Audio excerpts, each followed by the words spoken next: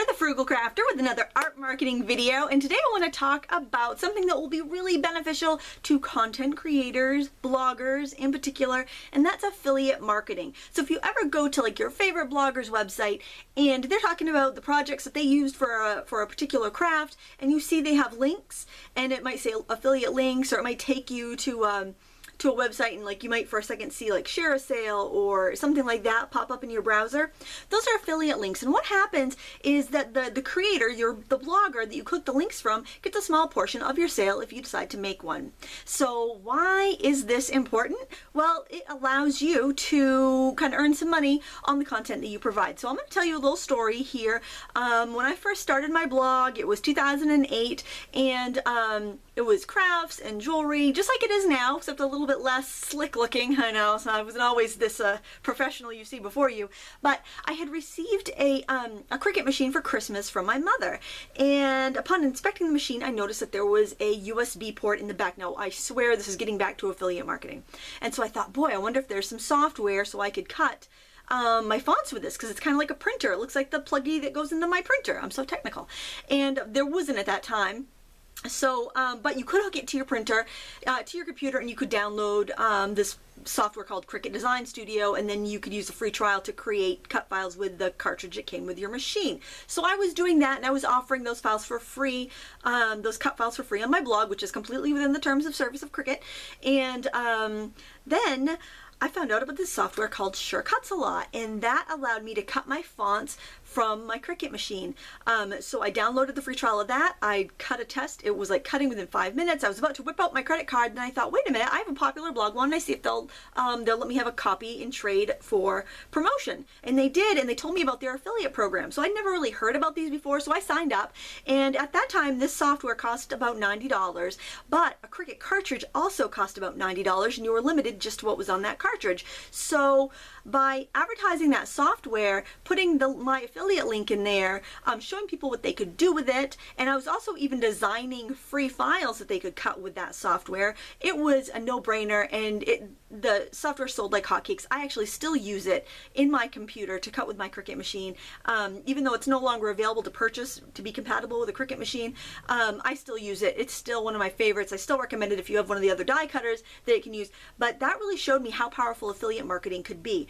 Now, there was a company whose fonts I loved cutting, and they had these dingbats, and a lot of the dingbat sets, which are picture fonts, were just like the ones that you bought from Cricut. In fact, some of Cricut licensed some of their fonts for cartridges, so they were the identical fonts. And so I checked them out, and they had an affiliate program. And the cool thing about them, and that was Lettering Delights, they gave their affiliates 30%. So it was wonderful, and they occasionally ran really awesome sales, and their products were top notch. So it was great to find those two companies that I was able to be affiliates with. I used their products first and foremost before I became an affiliate, and then being able to earn 30% on sales was just awesome. It was like, free money for doing what I was doing anyway, talking about these projects. So if you're a crafter, if you're a scrapbooker, it's really great for crafters, because there's always new products coming out that we like and that we want to try.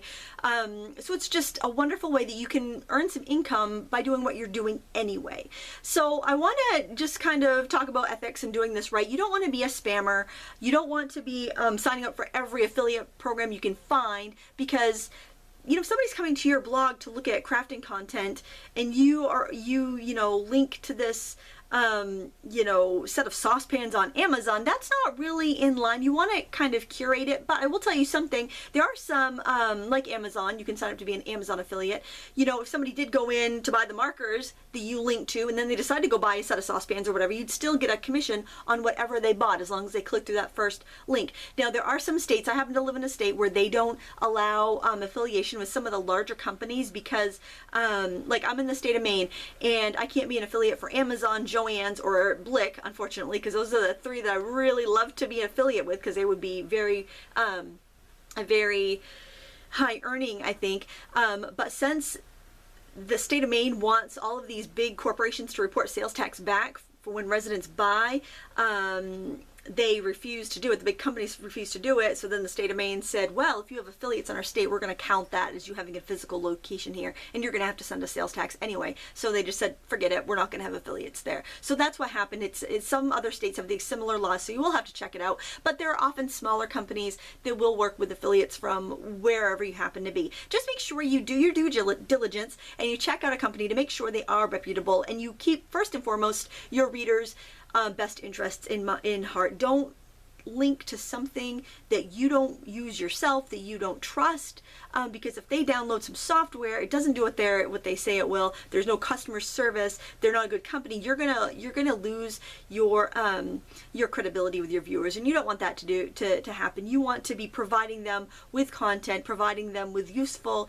links, and then it's gonna reward you back with a small percentage of their sales. So you're probably thinking, is it really worth the trouble? Well, that's up to you. I mean, you don't have to have a lot of traffic for it to be worthwhile. For instance, I'll tell you, my YouTube channel gets about 1.2 million views a month. My blog gets 100,000 views a month. However, I always do better from links on my blog than I do on my YouTube channel. And I think it's because when people are reading a blog, they're sitting back, they're comfy, they're reading the text. Whereas if somebody's on YouTube, they could be passively watching videos and just, you know, kind of watching a video, click into the next one, or click into whatever's on the side of the screen. You don't really have them on your turf like you do on your blog.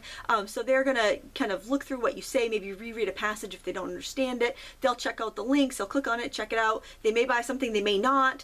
If they've gone to that site and they end up going by later that day and buying something else, and you would still get credit for it. You know, you have to read on how they track the clicks and stuff like that. And another thing is, you definitely want to let people know that these are affiliate links, and that way people can decide whether or not they want to click through and support your channel, which you would probably think that if you say, hey, these are affiliate links, if you use them, I'll get a small percentage. Some people might say, well, you're a greedy blogger, I'm not using that, I'm going to Google search. That's their choice. They may say, oh, I love you, I want to support you, I'm going to click that link and check out what there is to offer. You know, so it will go both ways. But you definitely want to disclose. I think it's required. Federal Trade Commissions, I think, requires you to disclose it. But I think it's the right thing to do. And also because I want to give my readers the choice on whether they want to give my opinion more or less leverage if they know that I'm linking to a site that I'm affiliated with. I just want people to be able to make that. You say my honest opinion no matter what, but I just want people to have that information, because they may choose to give my opinion more weight or less weight, and it should be their right to have that choice, I believe. Just like if somebody's given me something versus me purchasing it, I like to let you know, just so you know, well, would she buy that with her own money? I want you to be able to make those decisions for yourself rather than misleading anybody at all. I don't think that's required, but I just think it's the right thing to do. But it's up to you. I think honesty is always the best policy. And if you choose to do some affiliate marketing, good luck to you. I think it's great as long as you're honest about it and you link to products that you would actually use from sites you'd actually shop at. So there's my 2 cents. I hope you found that helpful, and I hope it can help you get paid for writing your awesome content on your blog. Thank you so much for watching. If you have any questions or an upcoming topic you'd like me to discuss on an art marketing video, go ahead and leave it in the comments. Give me a thumbs up and feel free to share this video on Pinterest, Twitter, or any other of your social networks. I do appreciate it, and it really helps out my channel. So thank you so much for watching. Until next time, happy crafting.